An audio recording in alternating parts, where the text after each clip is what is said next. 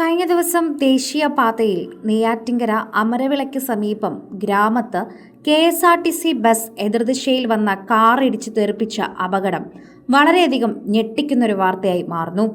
എന്നാൽ ആ അപകടത്തിൽ മരിച്ചത് കാർ ഓടിച്ചിരുന്ന പ്രതിശുദ്ധ വരനായിരുന്നു എന്നതുകൂടി അറിഞ്ഞപ്പോൾ കല്യാണ വീട് ഒരുക്കങ്ങളിലേക്ക് എത്തിയത് മരണവീടിന്റെ വാർത്തയാണ് എന്ന എല്ലാ വാർത്തയും സോഷ്യൽ മീഡിയയിൽ വളരെയധികം സങ്കടമുണ്ടാക്കി. നടൂർക്കൊല്ല ഓണംകോട് RS ഭവനിൽ അജു ശ്രീദേവി ദമ്പതികളുടെ മകനായിട്ടുള്ള AS അരുകൃഷ്ണനാണ് ദാരുണാന്ത്യം സംഭവിച്ചത്.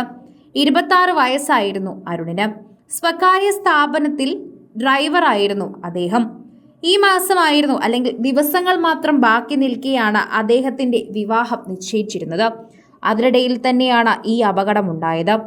ഓഗസ്റ്റ് 23-ന് വിവാഹം നിശ്ചയിച്ചിരുന്ന വ്യക്തി കൂടിയാണ് ഈ അരുൺ കൃഷ്ണൻ. കാറിലിടിച്ച ശേഷം കാത്തിരിപ്പ് കേന്ദ്രത്തിലേക്ക് ബസ് പാഞ്ഞു കയറുകയായിരുന്നു. ബസിന്റെ ഡ്രൈവർ ഷിബു, യാത്രക്കാരായ വെഞ്ഞാറമൂട് സ്വദേശി ആഷിഖ്, മഞ്ചവിളാകം സ്വദേശി അനുഷ, ലിജോ, മിനി തുടങ്ങിയവരാണ് പരിക്കേറ്റത്. ഡ്രൈവർ ഷിബുവിന് 48 വയസ്സായിരുന്നു.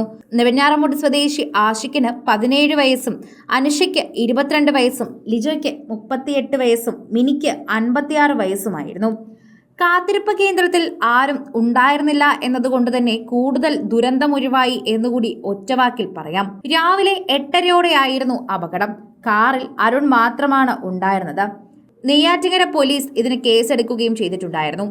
മംഗളകാര്യത്തിനായി പന്തൽ ഉയരേണ്ട മുറ്റത്ത് ഉയർന്ന പന്തലിൽ അരുണിന്റെ ചേതനയേറ്റ ശരീരം എത്തിക്കുമ്പോൾ വിറങ്ങലിച്ചു നിന്നത് മാതാപിതാക്കളും സഹോദരിയും മാത്രമല്ല, ഒരു പ്രദേശം ഒന്നാകെയാണ്. 2 മാസം കഴിയുമ്പോൾ, കൃത്യമായി പറഞ്ഞാൽ ഓഗസ്റ്റ് 23-നായിരുന്നു അരുണും മരുതത്തൂർ സ്വദേശിനിയായ പെൺകുട്ടിയുമായുള്ള വിവാഹം നിശ്ചയിച്ചിരുന്നത്. പക്ഷേ വിധി ബസ് അപകടത്തിന്റെ രൂപത്തിലെത്തി. അരുണിന്റെ ജീവനും കൊത്തി പറന്നകലുന്നു. യാഥാർത്ഥ്യം അംഗീകരിക്കാൻ പാടുപെടുകയാണ് അരുണിന്റെ ആ പെൺകുട്ടിയുടെ കുടുംബാംഗങ്ങൾ.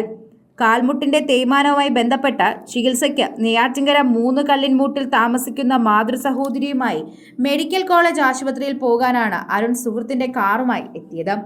മാതൃസഹോദരിയുടെ വീട് എത്തുന്നതിന് മുൻപ് തന്നെയാണ് അരുണിന്റെ ജീവൻ പൊലിഞ്ഞുപോയത്. ഡിജിറ്റൽ സർവേ വകുപ്പ് വാഹനം ഓടിക്കുന്ന താൽക്കാലിക ഡ്രൈവറായിരുന്നു അരുൺ. കരാർ കാലാവധി അവസാനിച്ചതിനെ തുടർന്ന് തലസ്ഥാനത്തെ സ്വകാര്യ കമ്പനിയിൽ ഡ്രൈവറായി ജോലിക്ക് കയറുകയും ചെയ്തു. ഇതിനിടയിലാണ് വിവാഹം നിശ്ചയിച്ചത്. ബന്ധുക്കളെ വിവാഹത്തിന് ക്ഷണിച്ചു തുടങ്ങിയിട്ട് ഏതാനും ദിവസങ്ങളെ ആയിട്ടുണ്ടായിരുന്നുള്ളൂ. ബസ് അമിത വേഗത്തിലായിരുന്നുവെന്നാണ് ദേശീയപാതയിൽ ഗ്രാമത്തുണ്ടായ അപകടത്തെ ദൃക്സാക്ഷികൾ മൊഴി നൽകുന്നത്. എന്തുതന്നെയായാലും നല്ല സന്തോഷത്തോടെ വിവാഹ പന്തൽ ഉയരേണ്ടിരുന്ന, വിവാഹ ആഘോഷങ്ങൾ തുടങ്ങേണ്ടിയിരുന്ന വീട്ടിലാണ് ഈ മരണവാർത്ത എത്തിച്ചേർന്നതെന്നതാണ് ഏറ്റവും വലിയ സങ്കടം.